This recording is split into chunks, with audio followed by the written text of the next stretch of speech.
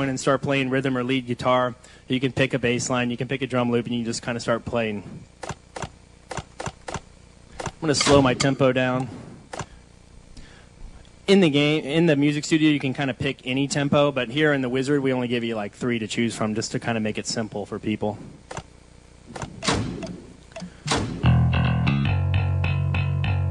So I'm going to pick this bass line because I'm feeling depressed. All right, create a new song. All right. So you see like everybody's instrument lights up. So at any point in time, if somebody hops over here and grabs the bass guitar, they can play anything. They can play the melody, which is more like keyboards. They can play the drums. They can play the bass, the lead, whatever they want. I'm going to do a little one-man band here. So I'm going to pick drums. I'm going to pick drum machine. And I'm going to go in and change my kit.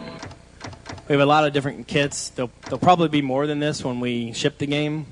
Everything from Commodore 64 kind of SID synth samples to really heavy acoustic rock kits to like, weird toys that I've happened to sample that are going in the game. So lots of different kind of sounds to create a really unique variety. It's not just all rock kits, a lot of the weird electronic kits and such. Analog drum machines from the early 80s.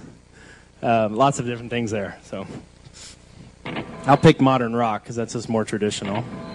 And loops, these are like different MIDI loops. I can assign a bunch of different loops to every button. So I'll just pick the alternative loop set.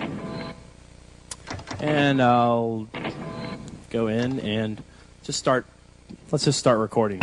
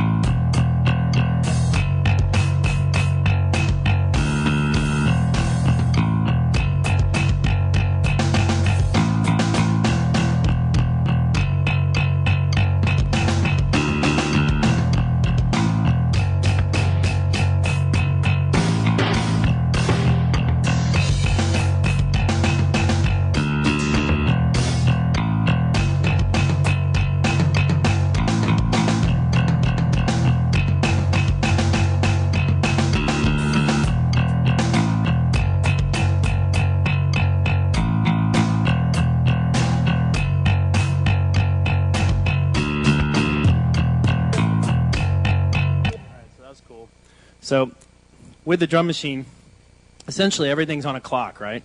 So these are 5 different drum loops I can play. They're all on a clock. So every time I play a new drum loop, it doesn't just replay the loop. It picks up exactly where in that like 4-bar section, if it's on the 3rd bar of 4 bars, it's going to pick up and it's going to basically crossfade to the next loop. So anytime I can transform by turning a button on or off so I can start and stop the beat and get all funky with it. This slider has a lot of different functions. You can play the beat. You can basically effectively kill all cymbals.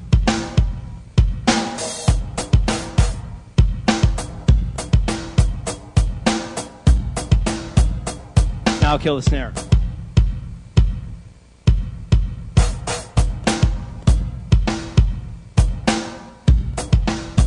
And that's just one of the 5 loops up here. Then I can add on things like these other 3 kind of zones down here. Do like 16th note. Currently doing 16th note kick drums, snares, and toms.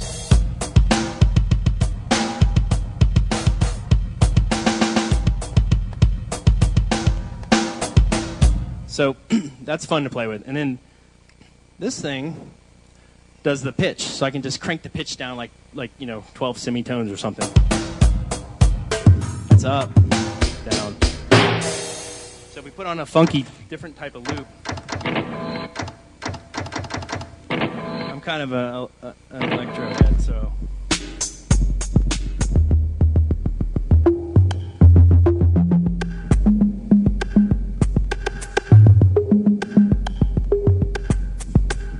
So you can get pretty funky with the thing.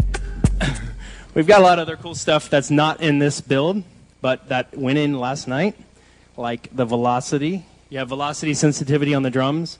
When you're using the drum machine, if you tilt the guitar, it changes the velocity. I wish I could show you, but I'm using last week's burn. But as you tilt the guitar, it changes the velocity of the sample. We also put a crash on the whammy, so at any point in time, if you want to crash, so you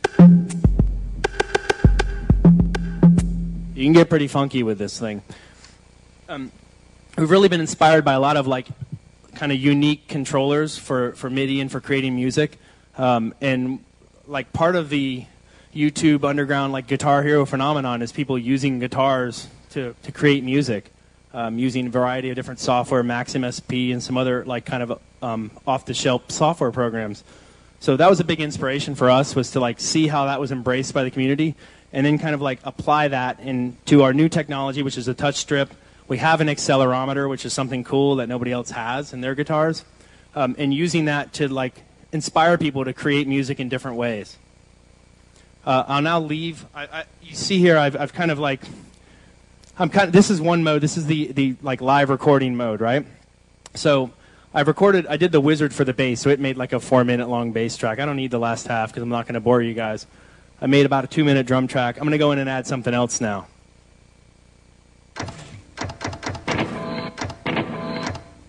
All right, with the lead guitar, or with all guitars actually, let me pick my effect first. All right, so with the guitars, all right,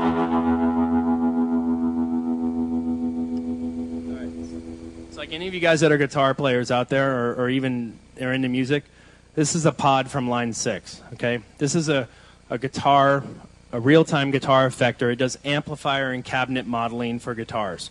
So what that means, if you want to sound like you were in the Beatles band back in the 60s, you could pretty much dial in the right cabinet and amps that they had, and your 2008 guitar could sound like the Beatles.